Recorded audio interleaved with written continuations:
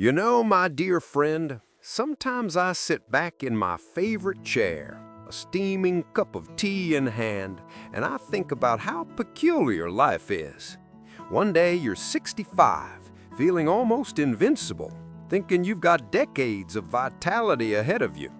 And then, bam, you're 80, like me, with creaky knees, a few gray hairs that stubbornly refuse to hide, and a head full of memories that feel heavier than ever. Yet, here I am, still laughing, still walking, and still learning little lessons that I swear could help anyone live past 90 if they paid attention. Let me tell you, the world keeps moving, and so should we. But not just moving in any random way. I discovered, in my late 60s, a habit so simple, so underestimated, that anyone between 65 and 85 can do it, and it can significantly increase the chances of seeing 90 and beyond. You might roll your eyes thinking it's some big secret, but it's not fancy or complicated. It's something I wish more people had taken seriously when they were younger. Walking. Not marathons, not speed walking like a caffeinated teenager, just mindful, consistent walking, but done in a very particular way. When I first embraced this, I was 67, and I'll admit, I was skeptical. Paul, really? Walking? That's supposed to be the secret to longevity? I remember thinking. But then I started paying attention, not just moving my legs, but moving with intention. Swinging my arms, standing tall, breathing deeply, noticing the birds, the trees, the flowers that stubbornly push through the cracks of the sidewalk. And let me tell you, the difference was astonishing.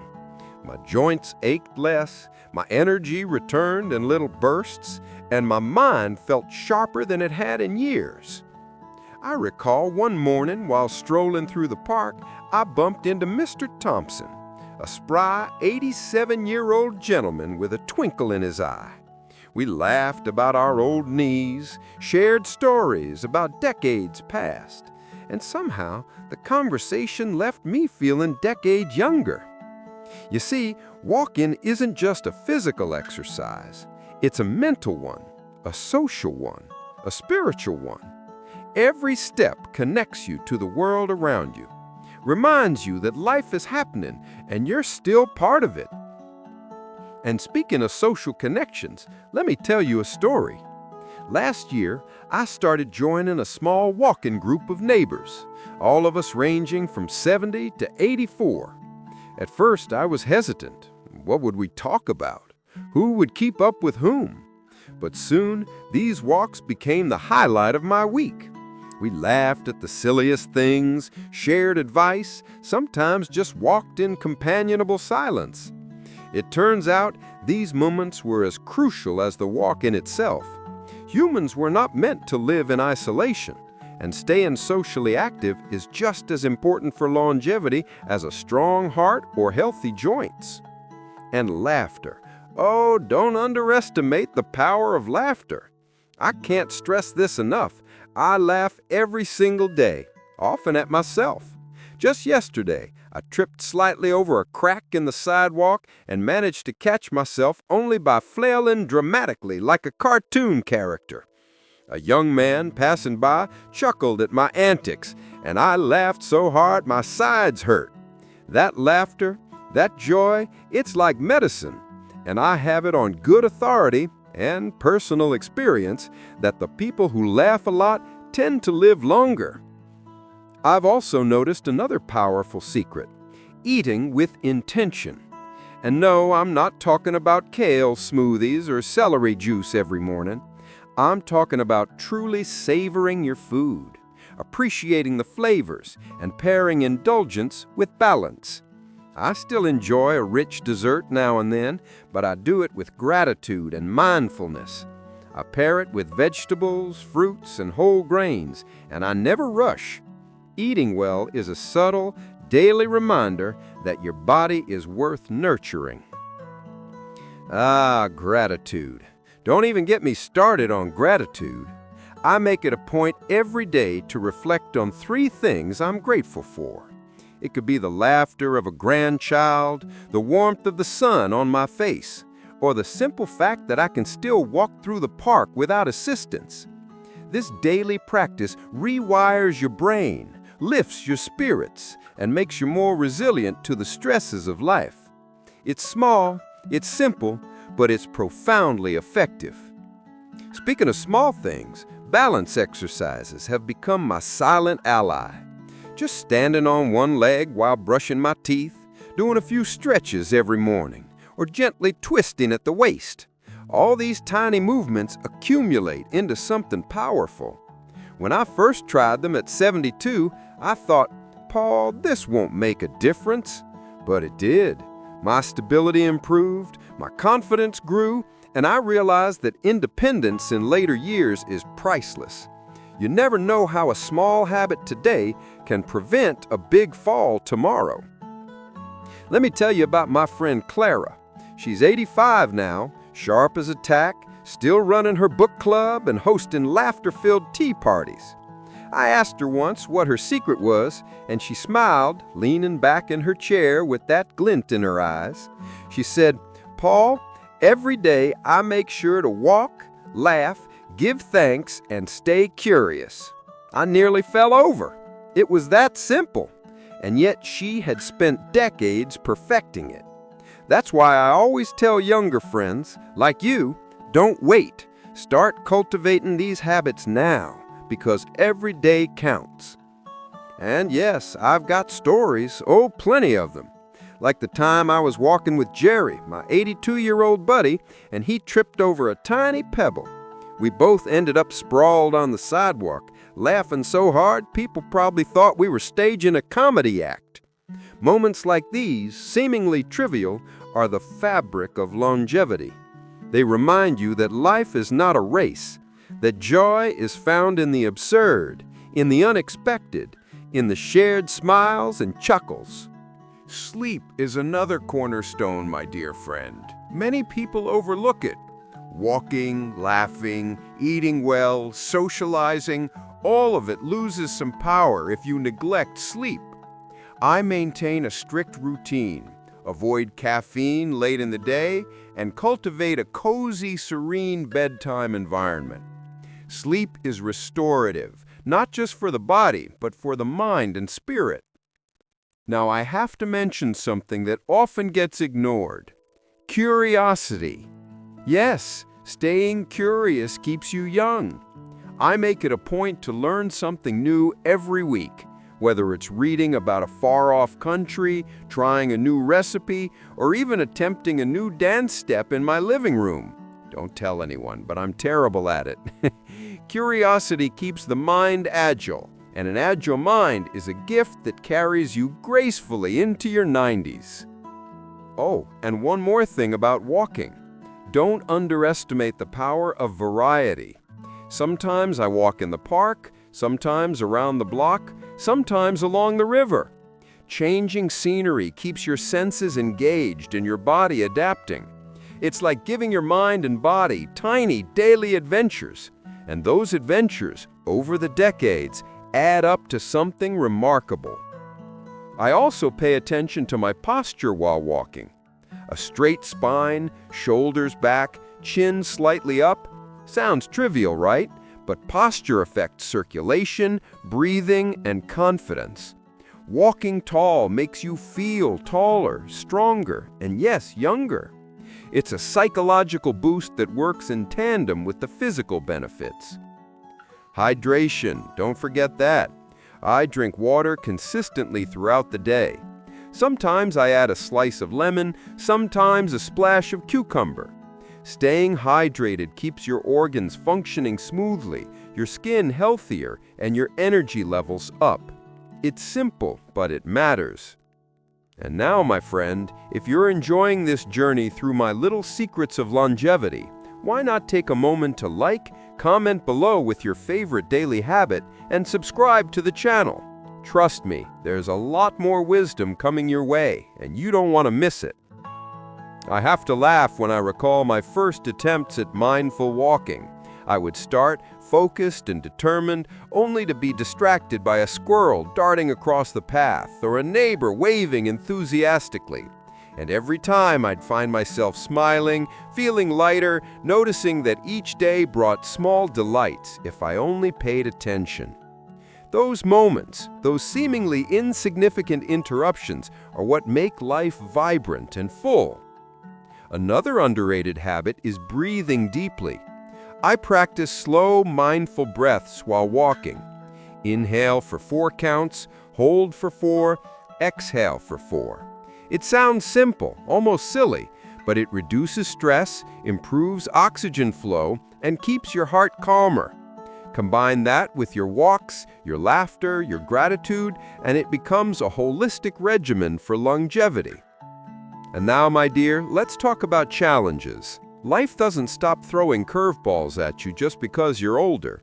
Illnesses, aches, losses, they all happen. But maintaining these habits, walking, laughing, eating mindfully, staying social, sleeping well, gives you the resilience to handle life's punches. They act like a buffer, a cushion that lets you rebound faster and live more fully despite difficulties. So, where was I? Yes, walking, laughing, gratitude, and all those little daily habits that quietly pile up to make a life long and rich. But there's more, my dear friend, much more. You see, living past 90 isn't just about keeping your body moving or your mind engaged.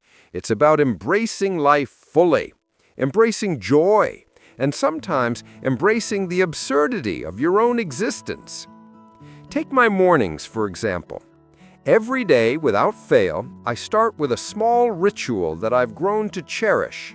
I stretch, not in some complicated yoga pose that makes my knees scream, but simple stretches that open up my back, loosen my shoulders, and remind my body that it's still capable.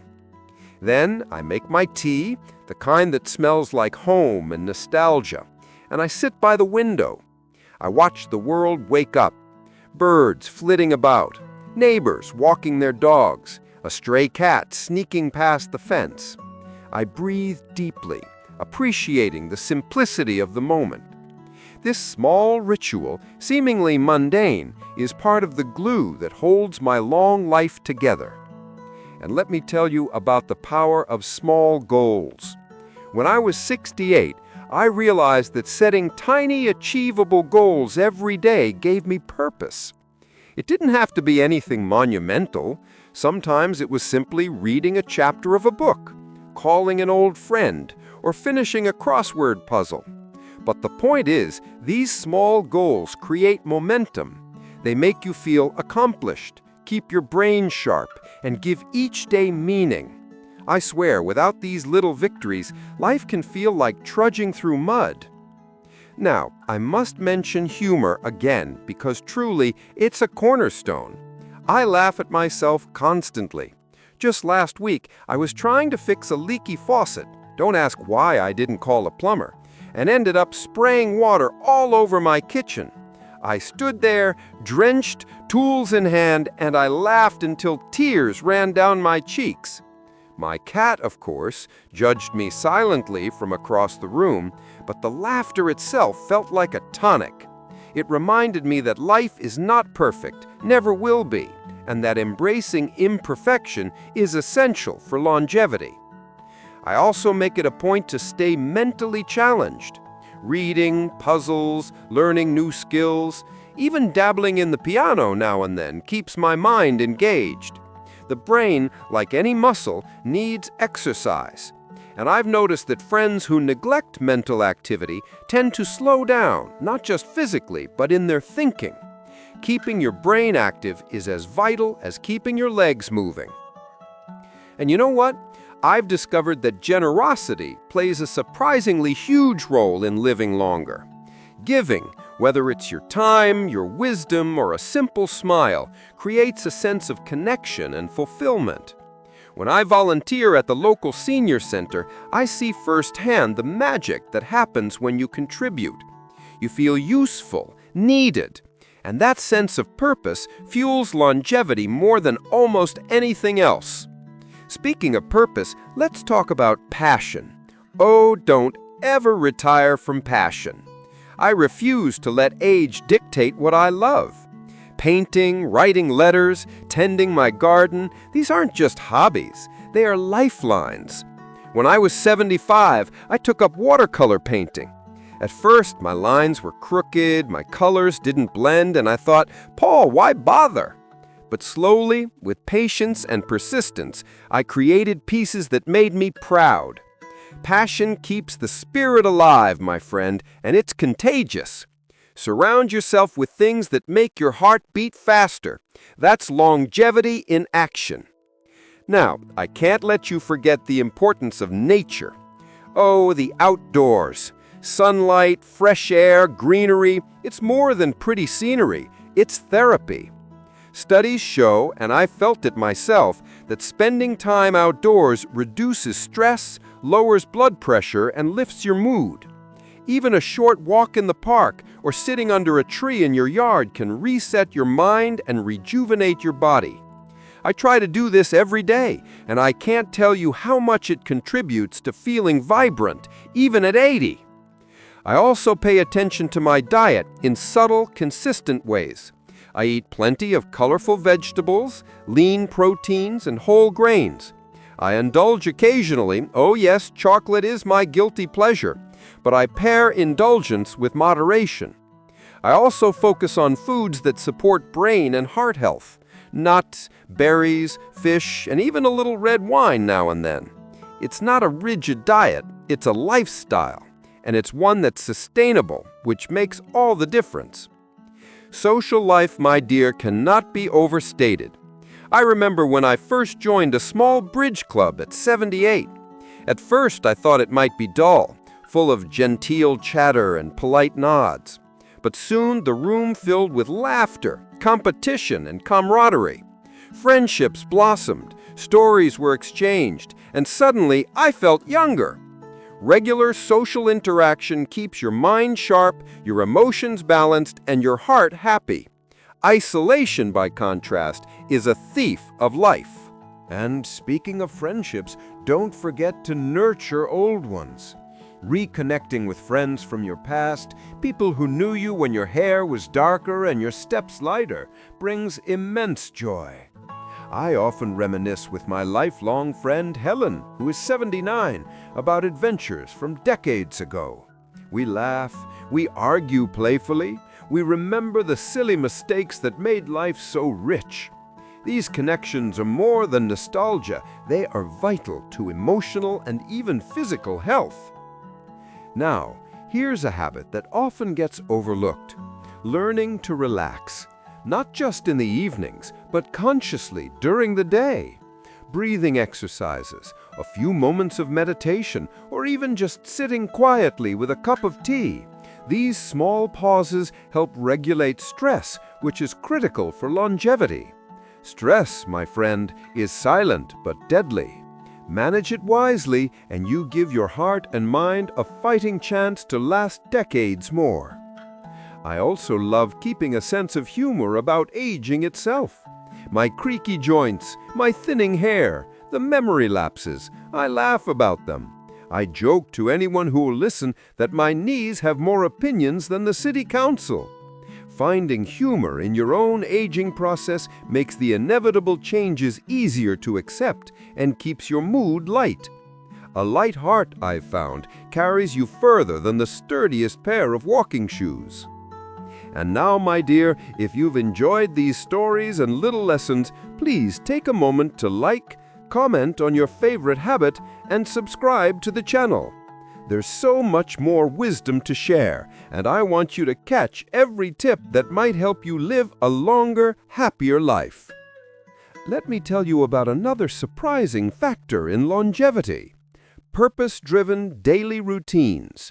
You don't need to conquer the world, but having something to look forward to, something that makes you feel useful, is crucial. Whether it's gardening, mentoring younger folks, writing letters to family, or simply completing a small project at home, purpose gives your days meaning. When you wake up with intention, life doesn't feel like a countdown. It feels like a journey. I must confess I have little rituals that keep me motivated. I write a short journal every morning, noting what I'm grateful for, what I aim to accomplish, and little observations about life. Even tiny reflections like the way sunlight hits my living room floor or the laughter of a child in the street become treasures in my memory. Journaling keeps my mind engaged and my heart open. And now, exercise beyond walking. Gentle stretching, light strength training with resistance bands, and balance work. These are all part of my regimen.